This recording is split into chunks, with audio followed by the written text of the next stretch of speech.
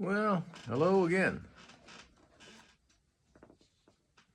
I want to make a little video about a passage of scripture that I've been pondering, sort of reading through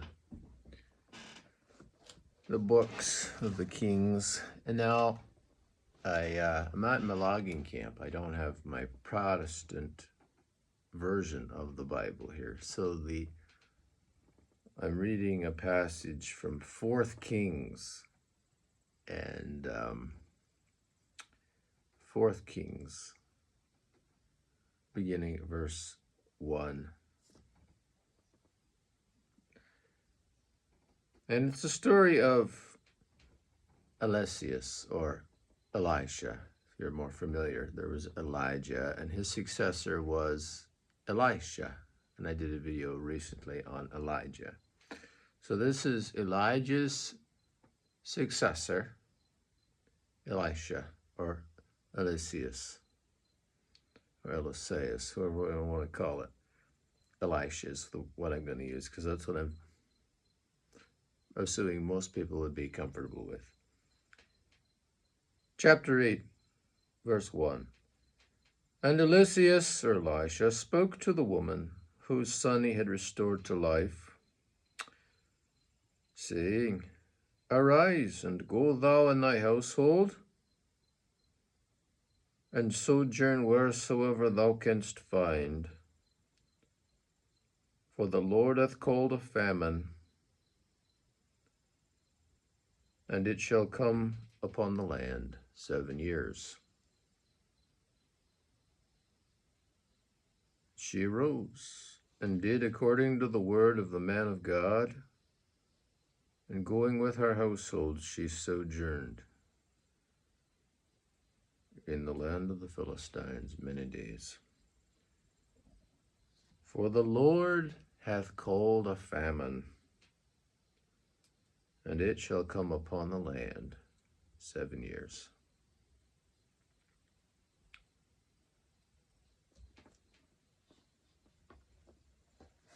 The prophetic nature of the Bible.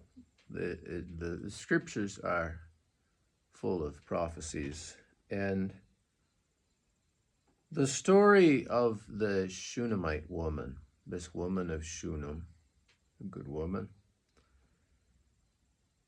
was has been well known. I'm sure anybody who's read through the Old Testament, even casually, has probably come across the story of this woman of Shunem, and the good that she did to Elisha. Made a little Airbnb for him to stop in when he was in the neighborhood, a bite to eat. And Elisha, in gratitude, says, well, what can I do? What can I give in return? And she says, well, the way it works out is she's been unable to have children. Her husband's elderly. It looks like this is going to be, a permanent thing here,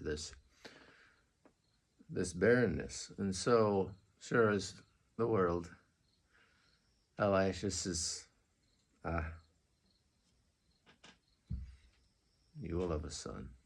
You will have a son. And the story, it's all there.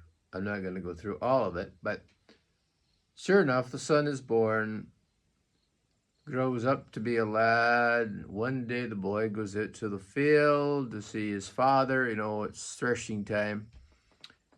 And he gets a pain in his head. Says, my head, my head. The father says to one of the workers, the hired man, just take him back to the house, because, so he's taken back to the house and promptly dies in his mother's arms. And so the mother is like, all right, this was the promised son here. I'm going to do all I can to see that this boy lives. So she gets on her high horse and rides to see Elisha. And Elisha's servant Gehazi comes to see her. He says, everything well? Yes, everything's well. Then she gets to Elijah and she says, basically, my son, what's going on here? And so Elijah tells, and I'm just going off by memory here, I'm not going to read it all, but Elisha basically tells his steward, his servant, take my staff, you go and lay the staff on the child's face. And so off Gehazi goes. He just rushes off with the staff in hand, and he's going to do what Elisha says.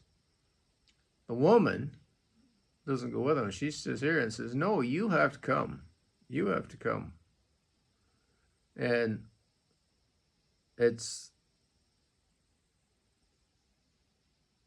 Elisha has no choice in a way.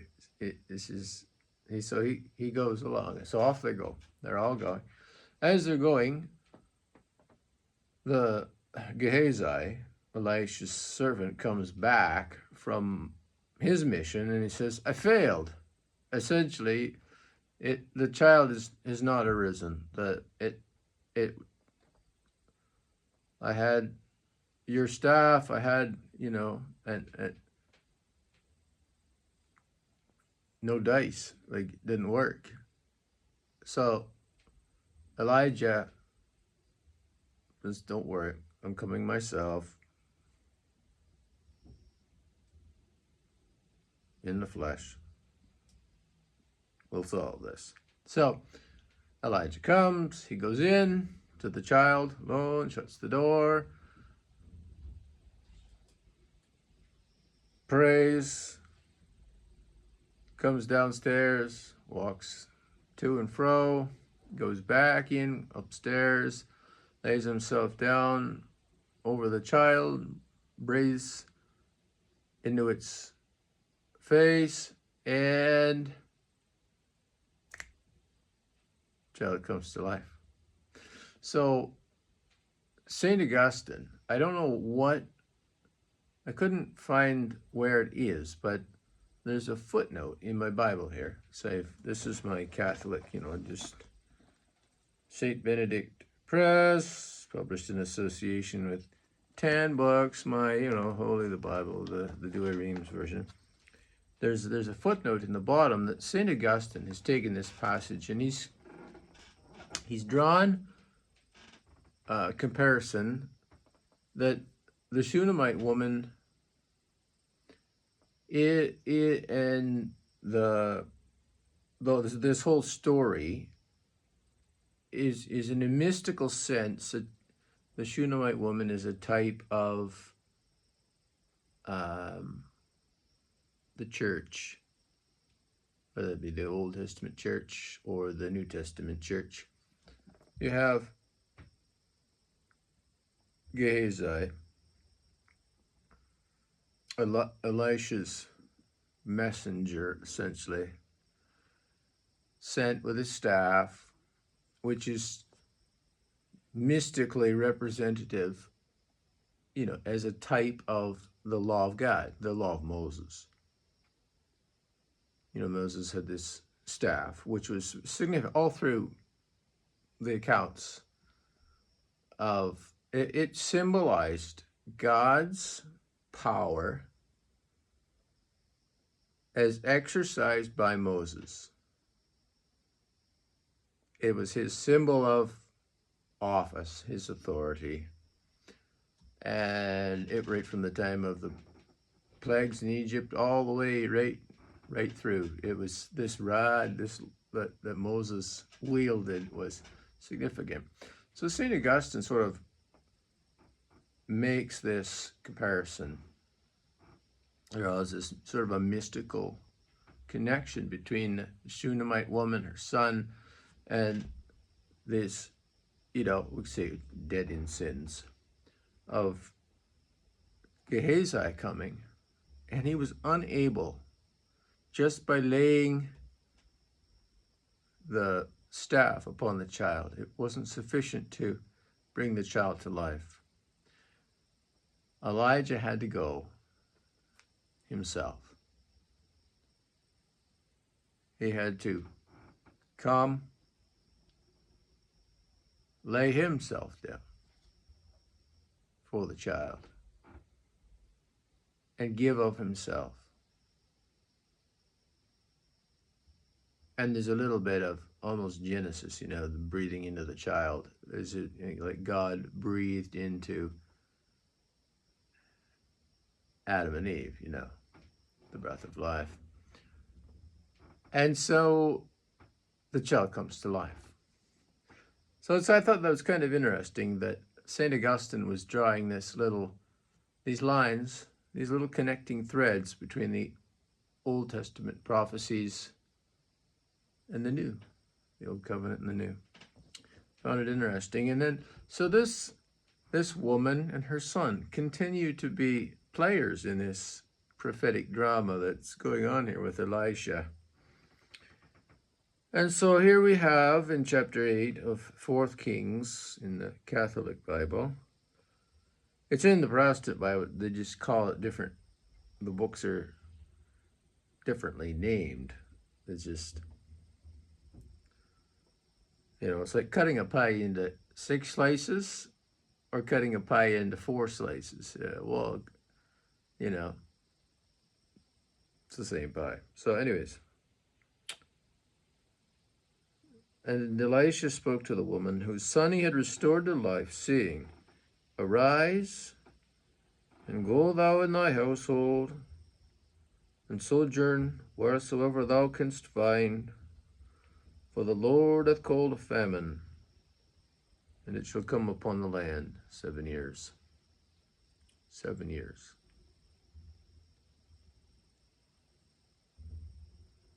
The Lord hath called a famine. This is not some climate change. The Lord hath called a famine. And he is telling the woman through Elijah, or Elisha, I should say, you go. This is going to get bad.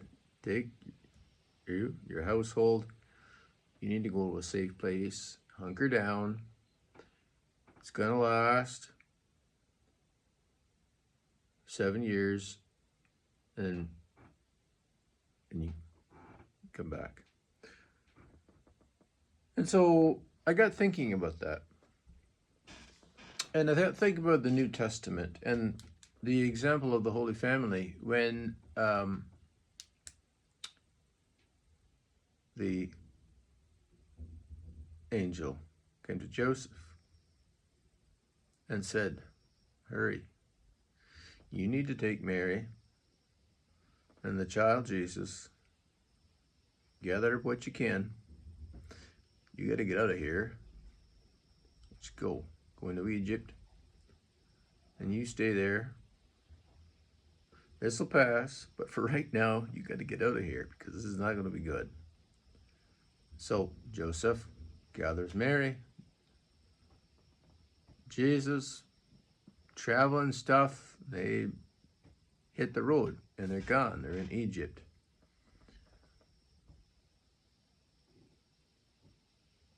And then I got thinking about that passage in Revelation, Apocalypse, chapter 12.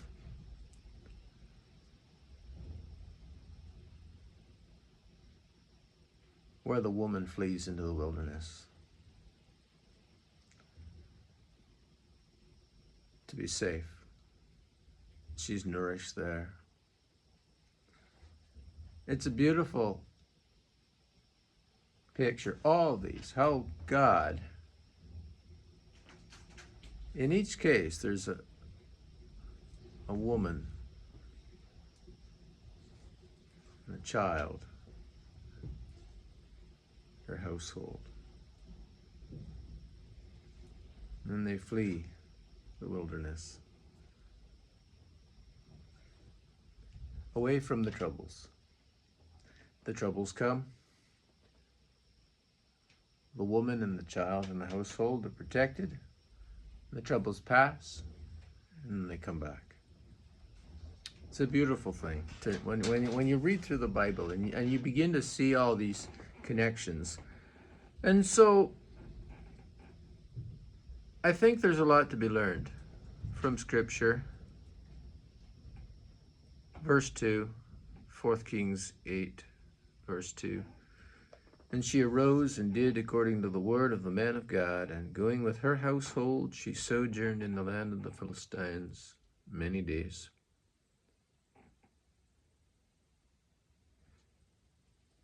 And I got thinking about this 7-year famine. 7 is a significant number in Scripture. 7 is all through the Bible. There's 7. The number 7 is used, and I don't claim to be an expert, but just even a superficial reading of the Scriptures will bring this out very clearly, that the number 7 is a significant number. And so we have this time of trial in the passage today, 7 years, a famine. The Lord is called a famine, and he's decided it's time. 7 years of famine. And he has picked out the people he wants to save from the worst of it. And he says, go to a place.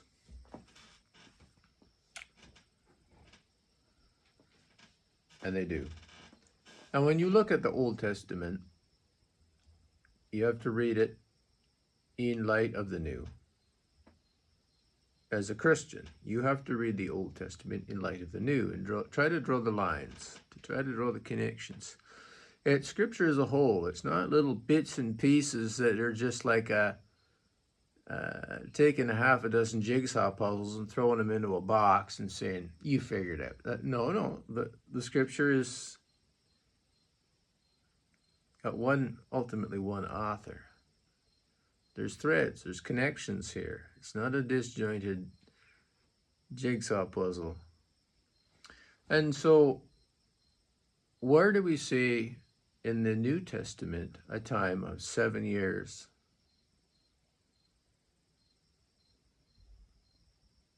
Of trial, tribulation, suffering.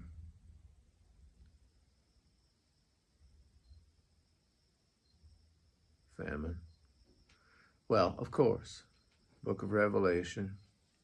Every Christian who's above the age of 5 or 6 years old has heard of the tribulation. And I'm sure many people like me were raised evangelical, Protestant, taught from the time we were little kids, oh, you won't have to go through that. You won't have to. No. God doesn't make people go through tribulation and testing and all of this. And then there are others who say, well, you'll only have to go through the suffering part of the way. 3.5 years is all you'll have to put up with, and then it's like, get a jail-free card. And then there's another camp that says, no, you got to go through the whole thing. In this discrepancy of timelines and events comes primarily from taking the New Testament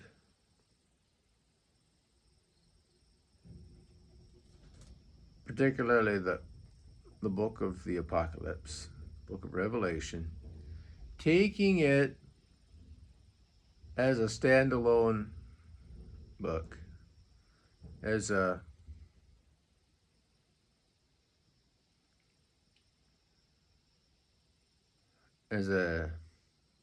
play-by-play of the end of the world. That's not what it is. It references the end of the world. It certainly talks about it, but it talks about a lot more than that.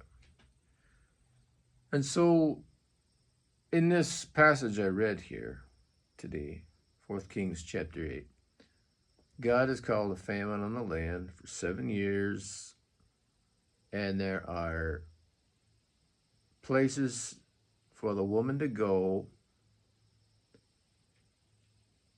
where she can be preserved from the worst of this famine. She and her child and her household.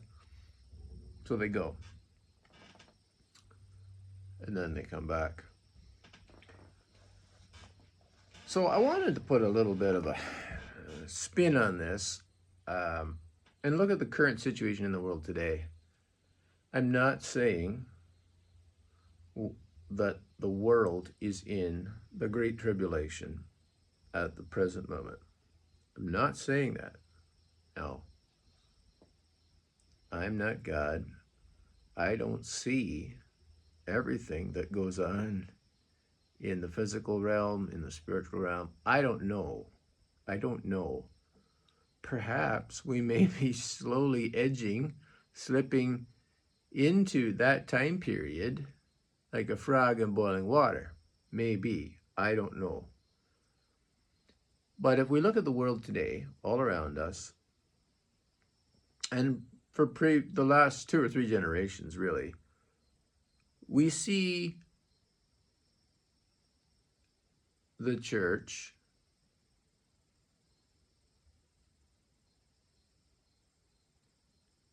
shall we say struggling, just struggling.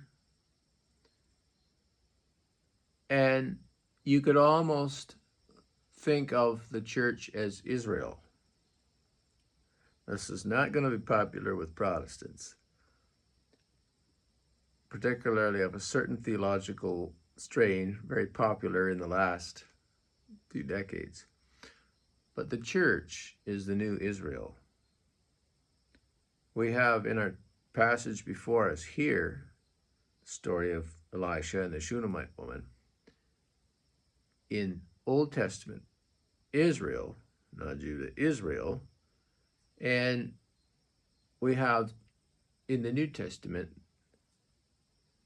we are the new Israel. The church, the Catholic Church, is the new Israel. And so there's a famine in the land, okay? 7 years, 70 years. And we have this story, 4Kings chapter 8, of this special woman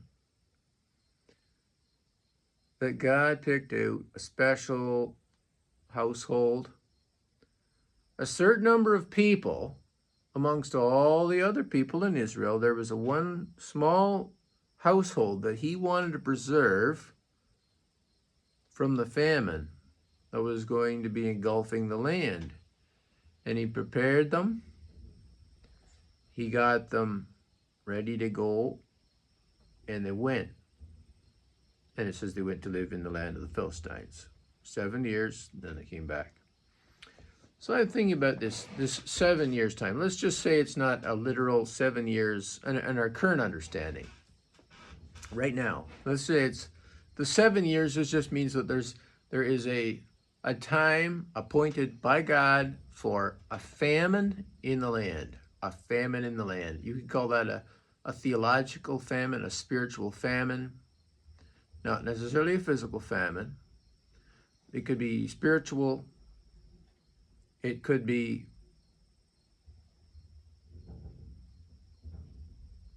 well, what happens in a famine? Starvation. desperation, people perishing, flocks perishing, the rivers drying up, the wells drying up, the springs drying up, the crops failing, withering, the vineyards, no wine, no grain, desperation, people fighting. Famines are terrible things, all through history. But let's say it's a spiritual famine, and the wells have dried up. Rivers have dried up. Those old reliable wells, those old reliable rivers, those green valleys are now barren, parched gullies. There's no water. The beautiful, lush hillside pastures are scorched and burnt with fire. 7 years, 70 years, doesn't matter. The fullness, the complete time, 7. So you have this time, and I think this period that we've been undergoing in the church for the last 70 years or so, 60 years for sure, will come to an end. How do I know? Well, a couple of reasons. The Bible here, right here, if you take this as a mystical type, says that it only lasts 7 years and then things resume. And we'll get to that in a minute.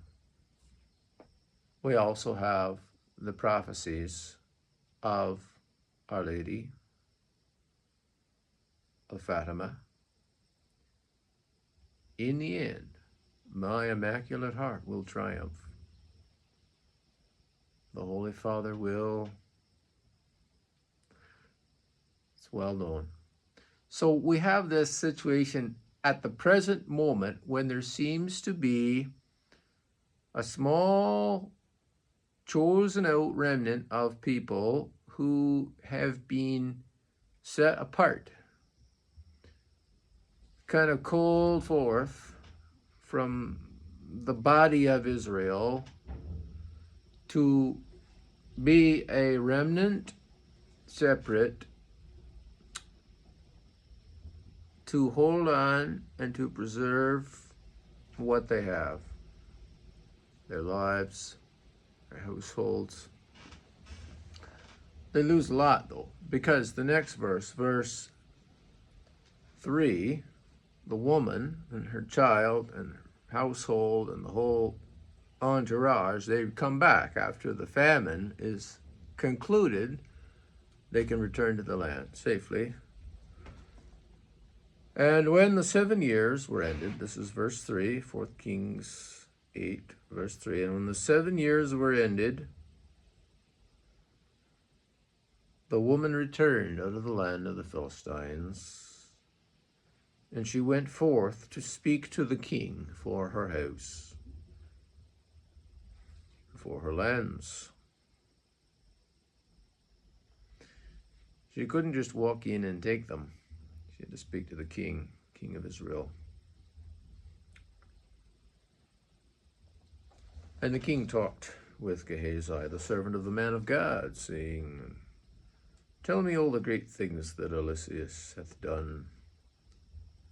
And when he was telling the king how he had raised one dead to life, the woman appeared, whose son he had restored to life.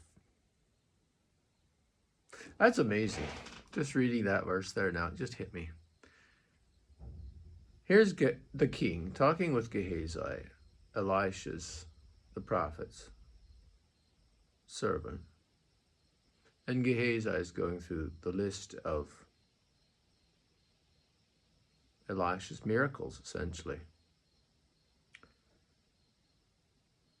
And when he was telling the king how he had raised one dead to life, the woman appeared, whose son he had restored to life. Just so happened, the woman appeared, crying to the king for her house. her house and her lands. And Gehazi said, My lord, O king, this is the woman, and this is her son, whom Melesius raised to life.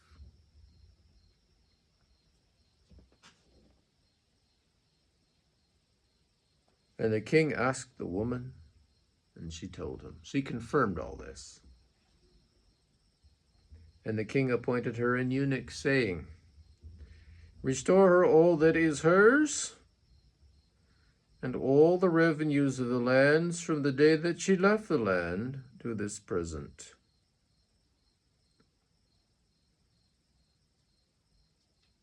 She lost nothing. She lost nothing. She got her house, her lands, back rent, all the revenues.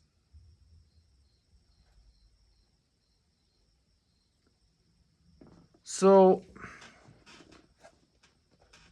I wanted to kind of wrap this up. There are many people who would lament the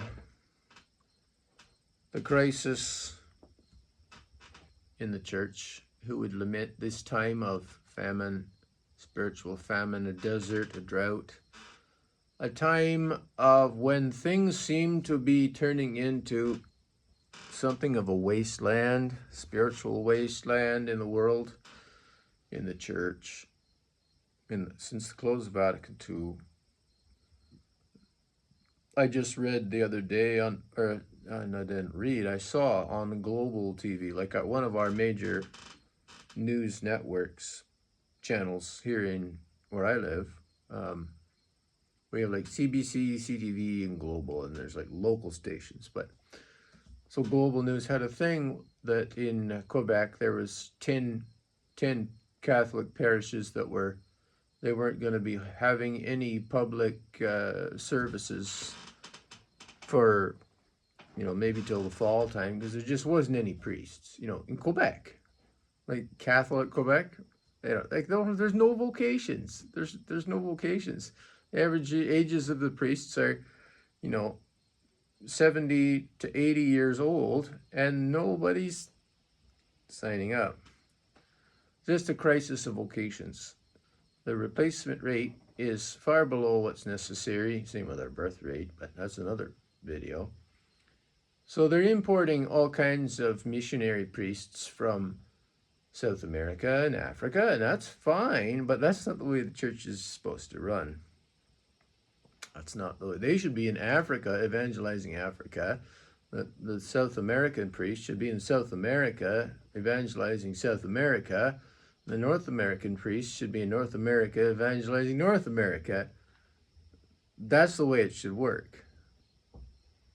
So we shouldn't be having to ship flying priests all over the world to every Tom, Dick, and Harry parish in Timbuktu, because we can't get local kids to sign up. So, but anyways, that's another thing. But I just read or saw on the news this blurb about these churches can't get priests. So there's a crisis. By all metrics, it's a crisis in the church. And there's nobody who knows anything about anything and has two brain cells to rub together is going to deny that there is a crisis of vocations in the church, and in many other ways. Just adherence to truth. When you look at the statistics, they take a survey of ordinary, supposedly Catholic people who actually go to church. They just randomly poll them. The numbers are staggering. The people who don't even believe what the church teaches. They don't believe the faith. They don't believe the faith. So they're not Catholics. If you don't believe, you may show up on a Sunday morning and maybe even throw $5 into the tray, but that doesn't make you a Catholic. Calling yourself a Catholic doesn't make you a Catholic, no more than me calling myself a munchkin makes me a munchkin. I am what I am. And we can't just, make up names for ourselves and apply them. The facts are the facts. So if people show up on a Sunday and they don't believe the faith, is that a crisis or is that not a crisis? So here's the thing. This scripture that I read today, I find it very promising. I think it's prophetic. What it says to me is, taking it together with the prophecies of Our Lady Fatima, elsewhere, the verses in the book of Revelation,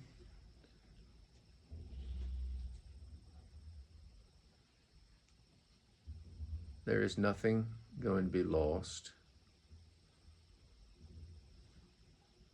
that needs to be saved. Nothing will be lost. When the Shunammite woman and her son and her household, when they return at just the right time. The king grants them a helper. They're able to secure all of their rights, all of their dignities, all of their revenues. Is it a restored Christendom that we're looking at? I don't know. Is it for a long, long time?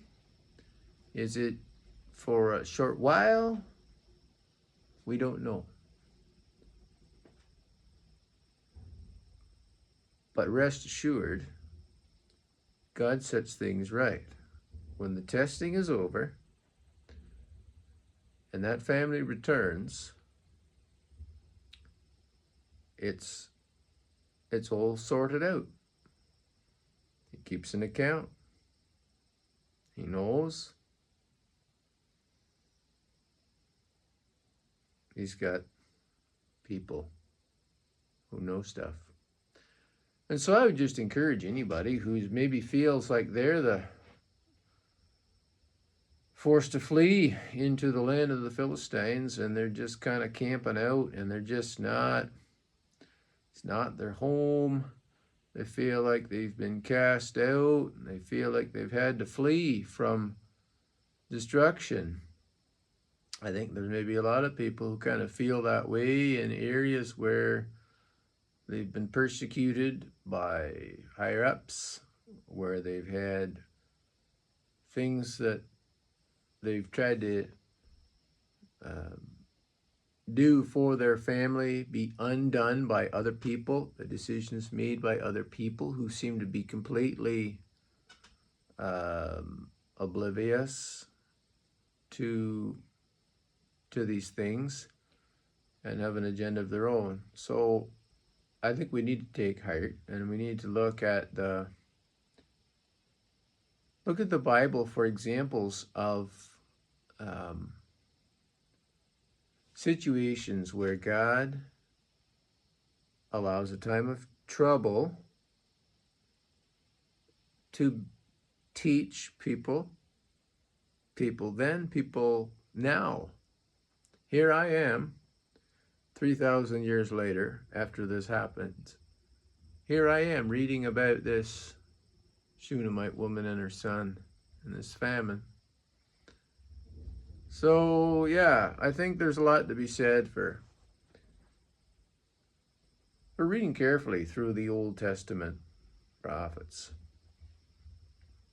And I'm really grateful, like this Bible I have, Catholic Bible, they've got some really good footnotes in it, bringing in the church fathers and others who have added some commentary on these